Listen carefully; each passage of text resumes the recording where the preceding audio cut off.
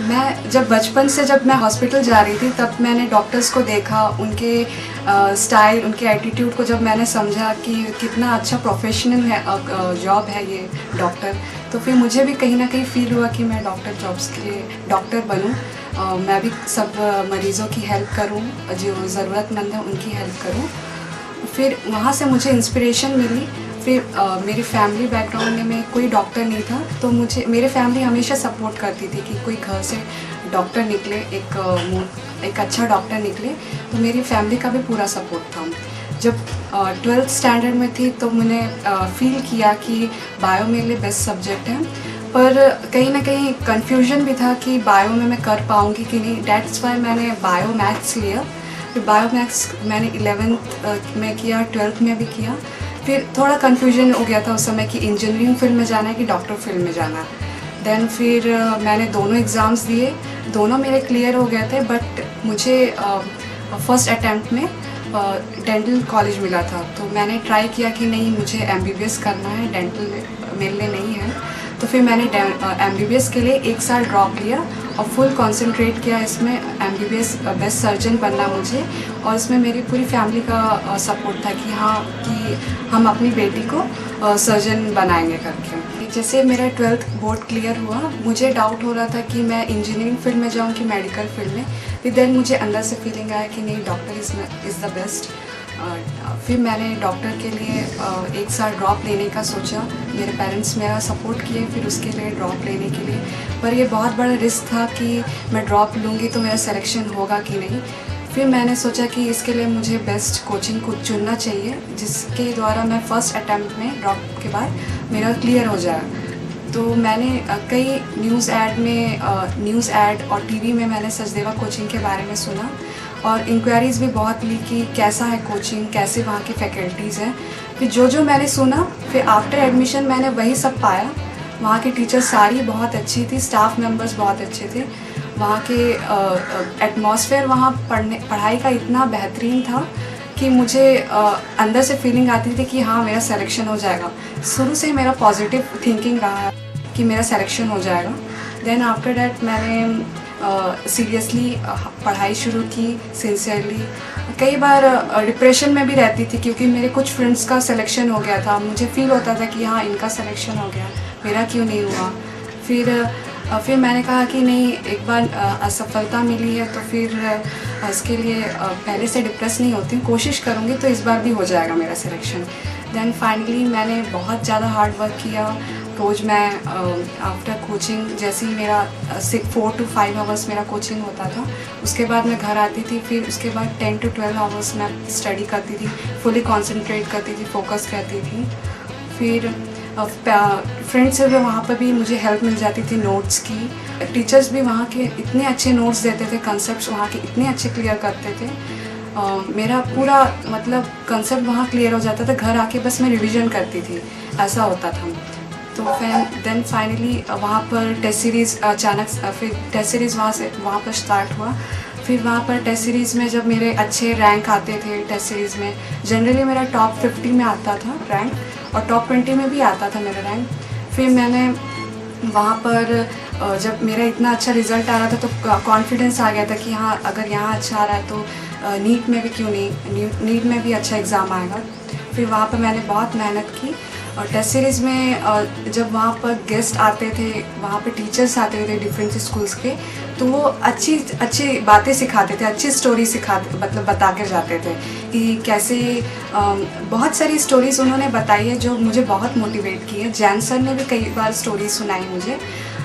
एक तरफ से मैं जब भी डिप्रेशन में होती थी तो वो सारी स्टोरीज़ को रिकॉल करती थी मैं। फिर जब मेरा वहाँ पर अच्छा आया तो मुझे अच्छा फ़ील होता था कि हाँ, मेरा टॉप 20 में आ रहा है, टॉप 50 में आ रहा है, तो मैं नीट में क्यों नहीं अच्छा कर पाऊँगी। तो एक कॉन्फिडेंस लेवल मेरा बढ़ गया था वहाँ पर। फिर वहाँ पर CGPMT के बेसिस पे मुझे बहुत सारे क्वेश्चंस आते थे, उसकी हेल्प से मैं अच्छा प्रिपरेशन कर रही थी कि हाँ कैसे क्वेश्चंस आते हैं एग्ज़ाम्स में। उनके थ्रू मैं फिर अच्छी सी तैयारी कर पाई इसके लिए। फिर डिफरेंट बुक्स भी पढ़ने लगी कि इस ऐसे एग्ज़ाम्स के लिए कैसे बुक्स पढ़नी चाहिए। फिर मेरे कई जूलॉजी सर, बॉटनी सर, जो भी ढेर सारे सर्स थे, उन्होंने सबने बुक्स के नाम बताए। फिर उन सारी बुक्स को प्रेफर करती थी मैं। सर ने एक बार काउंसलिंग रखा था, तब मैं उस समय अपने फ्रेंड्स लोगों के साथ काउंसलिंग अटेंड के लिए गई थी। तो सर से मैंने जैन सर से एक क्वेश्चन पूछा था कि हार्ड वर्क मतलब 24 आवर्स स्टडी होता है क्या करके। तो सर ने बहुत अच्छे से बताया कि हार्ड वर्क ज़रूरी नहीं है, स्मार्ट वर्क भी बहुत ज़रूरी है उसके साथ। जनरली बहुत से बच्चे बहुत ज़्यादा मेहनत करते हैं फिर भी असफल हो जाते हैं। उसका मेन रीज़न है कि स्मार्ट वर्क उनके साथ नहीं रहता है। स्मार्ट वर्क भी बहुत ज़रूरी है और ख़ासकर फिज़िकल और मेंटल फिटनेस भी बहुत ज़रूरी है। और फिर उन्होंने अच्छे से बताया कि आप ये फ्रूट्स खाइए, ड्राई फ्रूट खाइए, आप जब भी टायर्ड हो तो बहुत ज़्यादा पानी पीजिए, और बहुत सारी हेल्थ के बारे में उन्होंने मुझे बताया। मुझे उनकी यही बात बहुत अच्छी लगी कि हार्ड वर्क में मतलब 24 आवर्स स्टडी नहीं होता, बस टोटली फोकस्ड और कंसंट्रेशन ही बहुत ज़रूरी रहता है। स्टार ऑफ द वीक जब भी मैं देखती थी तो मुझे फील होता था कि काश मैं भी वहाँ पर जाऊँ, काश मेरा भी स्टार ऑफ द वीक हो। मैंने नेहा राठी जी का स्टार ऑफ द वीक देखा था, उनसे मुझे बहुत ज़्यादा इंस्पिरेशन मिली है। बहुत अच्छा बोला था उन्होंने कि कैसे उन्होंने स्टडीज़ की। मैं उनकी बात को पूरी कॉपी की, मैंने जो जो उन्होंने कहा उनको पूरी फॉलो किया मैंने। उनसे मुझे बहुत ज़्यादा इंस्पिरेशन मिली। स्टार ऑफ द वीक में हमेशा मैं देखती थी कि सारे पेरेंट्स अपने बच्चों से कितना ज़्यादा खुश होते हैं, बहुत ज़्यादा खुश होते हैं, और कैसे उनको फ़ील होता था जब वो डॉक्टर बन जाते थे। तो जब भी मैं देखती थी मुझे भी फ़ील होता था कि हाँ, जब मैं डॉक्टर बन जाऊँगी तो मुझे कैसा फ़ील होगा। फिर मेरा भी स्टार ऑफ द वीक होगा जब मेरा सिलेक्शन होगा। जस्ट मैंने भी बहुत सारी ड्रीम्स बना के रखी थी उस समय। टेस्ट सीरीज़ जब मैं देने जाती थी, स्टार्टिंग में मुझे नर्वस होता था कि 700-800 स्टूडेंट्स मेरे साथ एक ही एग्ज़ाम लिख रहे हैं, तो उसमें मेरा कितना अच्छा परफॉर्मेंस होगा। स्टार्टिंग में नर्वस था। जब मैंने 1-2 टेस्ट सीरीज़ दिया, फिर मेरा कॉन्फिडेंस लेवल बढ़ने लगा। फिर देखा कि मेरा भी रैंक बहुत अच्छा आने लगा है। टॉप 50 में मेरा जब रैंक आता था, मुझे भी बहुत खुशी होती थी कि 700 स्टूडेंट्स में मेरा इतना अच्छा रैंक आ। तो वाई नॉट, जब छत्तीसगढ़ में जब होगा, हज़ारों बच्चे देंगे, तो मेरा उसमें रैंक अच्छा क्यों नहीं आएगा। वहाँ पर जब गेस्ट आते थे, डिफरेंट स्कूल्स के प्रिंसिपल्स आते थे, तो हमेशा मोटिवेट करते थे वो कि कैसा स्टूडेंट लाइफ में कैसा प्रॉब्लम आता है, आप लोग कैसा फेस करिए। जनरली एक स्टूडेंट के साथ बहुत सारे फ्रेंड्स रहते हैं, तो एक पीयर प्रेशर रहता है कि हाँ, मुझे इनसे आगे बढ़ना है। कैसा एक कंपटीशन रहता था, वहाँ पर कंपटीशन का माहौल होता है, तो आपको उस टाइम क्या करना है। तो वो सारे गेस्ट हमेशा यही सजेशंस देते थे, और जैन सर भी हमेशा यही बोलते थे कि नर्वस नहीं होना है। ये मत सोचो कि अभी अच्छा रैंक नहीं आ रहा है तो फिर वहाँ पर मेन एग्ज़ाम्स में भी अच्छे रैंक नहीं आएंगे। देन फिर वहाँ पर सबको मोटिवेट करते थे, जो जिनका अच्छा परफॉर्मेंस नहीं रहता था, जो वीक स्टूडेंट्स थे, उनको बोलते थे कि कोशिश करो, आप नेक्स्ट टेस्ट सीरीज़ में आपका बहुत अच्छा रैंक आएगा। तो सारे फ्रेंड्स मेरे जो थे वो हमेशा मुझे मोटिवेट करते थे कि तुम्हारा बहुत अच्छा रैंक आएगा, देखना तुम बहुत अच्छा करोगी करके। तो एक तरफ से मेरे फ्रेंड्स और गेस्ट जो भी आते थे, और जैन सर का बहुत बड़ा कंट्रीब्यूशन रहा है मेरी लाइफ में। जब मेरा नाम अनाउंस होता था तो मैं स्टेज में जाती थी तो एकदम प्राउड फील करती थी। एकदम मतलब सब मुझे देखते थे, मुझे कितना मतलब बहुत अच्छा लगता था, बहुत अच्छा फील होता था वहाँ पे स्टेज में। फिर जब मैं स्टेज से उतरती तो मेरे फ्रेंड्स लोग मुझे कॉन्ग्रेचुलेशन बोलते थे। एकदम मतलब बहुत अच्छा माहौल था, मुझे बहुत मज़ा आता था। तो मेरा जनरली हर टेस्ट सीरीज़ में टॉप 50 नहीं तो टॉप 20 में मुझे आता ही था। तो मतलब एक क्रेज़ था मेज में कि हाँ, हमेशा मुझे लेकर आना है। तो मैं बहुत ज़्यादा पढ़ना लगी, बहुत ज़्यादा हार्ड वर्क करने लगी, बहुत ज़्यादा स्टडी करने लगी उसके लिए। मतलब मुझे ये सब करने में बहुत मज़ा आ रहा था। एक जैसा प्रेशर रहता है पढ़ाई करने का, वो सब कुछ नहीं था। मैं पूरा फन, मतलब पूरी मस्ती में मैंने अच्छे से स्टडीज़ की। कभी भी मैंने ये सब पढ़ाई स्टडीज़ को प्रेशर में नहीं लिया। मैं सारे मेडिकल स्टूडेंट्स से जो अभी प्रिपरेशन करने वाले हैं उनको कहना चाहूँगी कि मेडिकल एंट्रेंस टेस्ट बहुत टफ है। पर नथिंग इज़ इम्पॉसिबल, सभी पॉसिबल है। अगर आप ट्राई करोगे, हार्ड वर्क करोगे, स्मार्ट वर्क करोगे और अगर अपने बड़ों से गाइडेंस लेते रहोगे, उनकी बात को फॉलो करते रहोगे तो सब पॉसिबल हो सकता है। मैं सारे मेडिकल स्टूडेंट जो सचदेवा में पढ़ रहे हैं, मैं उनको यही बोलूँगी कि सारे टीचर्स की वो बात माने। जो भी टीचर्स बताते हैं क्लासरूम में, उनको स्ट्रिक्टली फॉलो करेंगे तो फिर वो सारी सब चीज़ पॉसिबल होगा। जैसे कि एक बिल्डिंग के बेस को इम्पॉर्टेंट होता है, जैसे एक बिल्डिंग का बेस इम्पॉर्टेंट होता है, वो स्ट्रॉन्ग होना चाहिए। वैसे ही मेरा एक ड्रीम था, जो बिल्डिंग है उसका बेस सचदेवा ने बहुत अच्छे से स्ट्रॉन्ग बना लिया है। अब मैं अपनी पूरी ड्रीम उस बिल्डिंग को अच्छे से बना रही हूँ।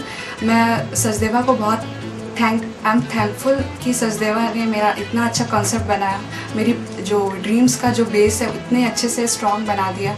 अब मैं मुझे जो सपना है कि वर्ल्ड की सक्सेसफुल सर्जन बनूं, वो मैं पूरा कर सकती हूँ उसके बेसिस में। मुझको बहुत ही अच्छा लग रहा है, गर्व महसूस करता हूँ। खासकर आपके स्टाफ के सभी सदस्यों को कोटि कोटि नमस्कार करता हूँ। जब ये तीसरी क्लास में थी तभी से मेरे को आभास हो गया था लड़की कुछ बनेगी। मैं उसको कोई भी तकलीफ होने में हर फरमाइश पूरा किया। अभी तक so much fine, very fine, बहुत अच्छा लग रहा है। खासकर आप लोगों के ऊपर मैं एहसानमंद मानता हूँ। आप लोगों का शुक्रगुजार हूँ, पूरे स्टाफ का। सचदेवा कॉलेज के सभी स्टाफ के सदस्यों को मैं आभारी हूँ, को धन्यवाद देता हूँ। बहुत खुशी हो रहा है उसका रिजल्ट सुने कि उसका 18 रैंक आया है, तो बहुत खुशी हुई। सब तरफ से फ़ोन आने लगा, सबके बधाई देने लगे, तो और भी हम लोग को बहुत खुशी हुई। वो शुरू से ही उसको पढ़ने में रुचि है, बड़े बनने के लिए शुरू से ही वो सोचती है। हम लोग उसका बीमारी देख के हम लोग ज़्यादा उसको बड़ा बनाने के लिए तो सोचते नहीं थे, छोटा मोटा नौकरी करे यही सोचते थे, लेकिन उसकी इच्छा थी और वो अपना इच्छा पूरी करके दिखाई। हम लोग बस उसकी सहायता की। मेरी बेटी ही सचदेवा के बारे पता लगाई, फिर वहाँ ज्वाइनिंग करने के लिए सोची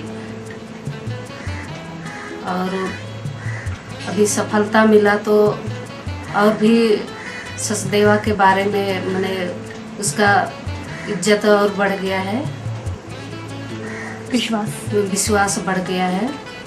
एक बार उन लोग जो लोग अपने बच्चों को डॉक्टर इंजीनियर बनाना चाहते हैं, वो वहाँ जाके पता लगाए और विश्वास करें और पेपर सब में पढ़कर विश्वास करें और अपने बच्चे को वहाँ एडमिशन देकर देखिए। सवारे जिंदगी का